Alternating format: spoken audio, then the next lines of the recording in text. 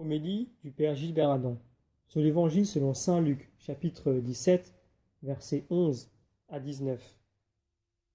Jésus, marchant vers Jérusalem, traversait la région située entre la Samarie et la Galilée. Comme il entrait dans un village, 10 lépreux vinrent à sa rencontre. Ils s'arrêtèrent à distance et lui crièrent : « Jésus, Maître, prends pitié de nous. » Avoir la lèpre, c'est être condamné à vivre en marge de la communauté humaine.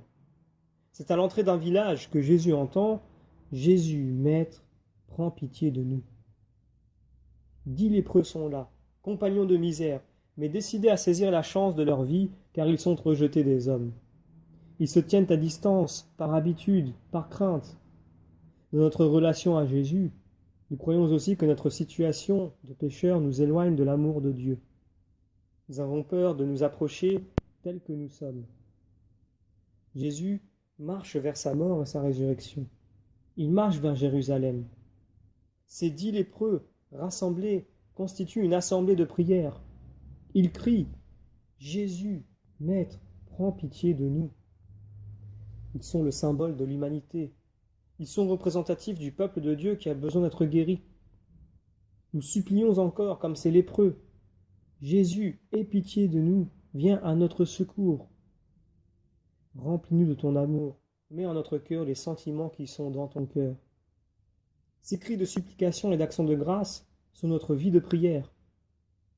Jésus marche pour accomplir notre purification et notre sanctification. Il ne brusque rien, il respecte la gêne de ces lépreux qui se sentent si laids et si peu agréables. Nous continuons la lecture de l'Évangile. À cette vue, Jésus leur dit : « Allez vous montrer aux prêtres. » En cours de route, ils furent purifiés. L'un d'eux, voyant qu'il était guéri, revint sur ses pas en glorifiant Dieu à pleine voix. Il se jeta face contre terre aux pieds de Jésus en lui rendant grâce. Or, c'était un Samaritain.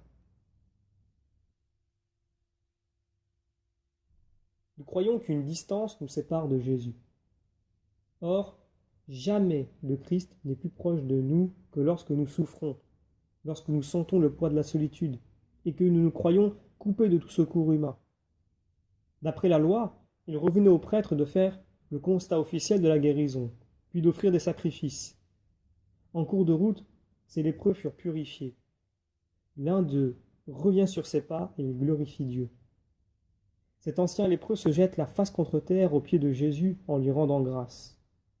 Un nouveau dialogue, plus riche, s'établit avec Jésus qui lui dit : « Ta foi t'a sauvé. » Jésus donne le sens final de la guérison.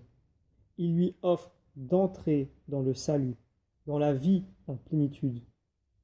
Il y a aussi dans notre vie des événements qui surgissent et dont il nous faut trouver le sens véritable. Nous entrons alors dans la louange. Devenir un vrai disciple de Jésus, reconnaissant, nous donne sa réponse d'amour. Ta foi t'a sauvé. Rien n'échappe à l'action purifiante et bienfaisante de Jésus. Dieu rend justice aux faibles, à l'orphelin, à l'indigent, aux malheureux. Nous terminons la lecture de l'Évangile. Alors Jésus prit la parole en disant : « Tous les 10 n'ont-ils pas été purifiés ? Les 9 autres, où sont-ils ? Il ne s'est trouvé parmi eux que cet étranger pour revenir sur ses pas et rendre gloire à Dieu. » Jésus lui dit : « Relève-toi et va, ta foi t'a sauvé. » Jésus nous demande un acte de foi total.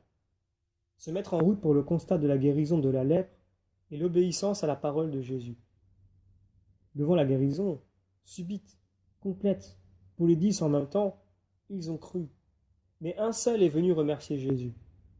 Les 9 ont reçu le cadeau de Jésus, et cela leur a semblé normal. La bonté de Dieu ne les a pas tirés de leur torpeur. Ils ont saisi le bienfait. Ils n'ont pas compris qu'à travers cette guérison, Jésus leur faisait signe. Dieu les libérait pour la louange et le service. Le Samaritain, lui, est revenu, fou de joie, parlant tout haut et ne cessant pas de remercier Dieu. Il a pris conscience que Jésus l'aimait au point de le guérir.